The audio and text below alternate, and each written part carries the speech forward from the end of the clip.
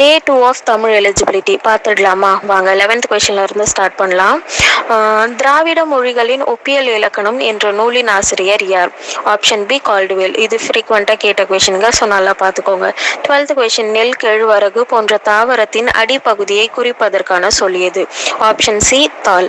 13th question, Tamil ஆசிரியர், நூலாக்க பணிகளை விரும்பி செய்பவர், சொல்ல ஆராய்ச்சியில் பாமணரும் வியந்து பெருமகனார் யார்? Option C Ra Ilangumaranar. திருச்சிராப்பள்ளிக்கு அருகில் அமைந்துள்ள அல்லூரில் திருவள்ளுவர் தவசாலையை நிறுவியவர் யார்? Option B Ilangumaranar. 15th question, Pavanar நூலகம் ஒன்றை உருவாக்கியவர் யார்? இதுவுமே அவங்க தாங்க.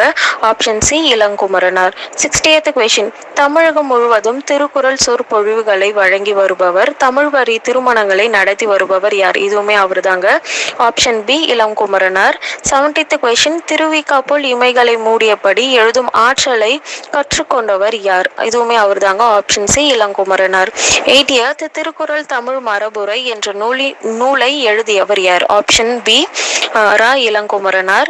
90th கொஷின், ரா இளங்குமரனார் எழுதிய நூல்கள் எவை? காக்கை பாடினிய உரை, இந்த ஸ்பெல்லிங் தப்பா இருக்குங்க, மாத்திக்கோங்க ஓகேங்களா. புறத்திருட்டு உரை, தேவநேயம், இது எல்லாமே ரா இளங்குமரனார் எழுதிய நூல்கள்ங்க.